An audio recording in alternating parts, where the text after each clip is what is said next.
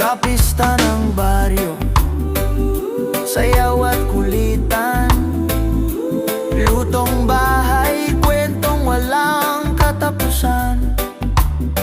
Sa ilalim ng bituin, awitan hanggang gabi.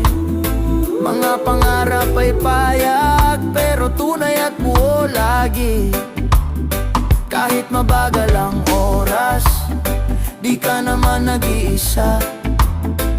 Dito mo matututunan ang tunay na halaga